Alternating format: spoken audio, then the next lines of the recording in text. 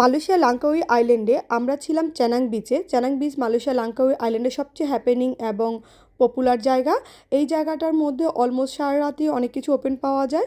Normally Langkawi island মালয়েশিয়ার সব জায়গায় 8টার মধ্যে রেস্টুরেন্ট শপিং মল সব ক্লোজ হয়ে যায়। এই রেস্টুরেন্টগুলো রাতের বেলা এসে শুধু দেয়।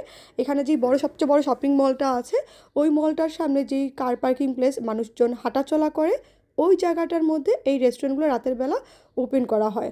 এখানে অনেক টাইপের খাবার পাওয়া যায়। নর্মালি যেই খাবারগুলো রাস্তার পাশে পাওয়া যায় ঢাকায়ও, ওই টাইপের খাবারই এখানে বিক্রি করে। তো আমরা বার্গার নেই। এখানে বার্গার, চিকেন বা বিফ বার্গারগুলো ছিল 8 রিঙ্গিত, মানে অ্যাপ্রক্সিমেটলি বাংলাদেশি টাকায় 250 টাকার মতো।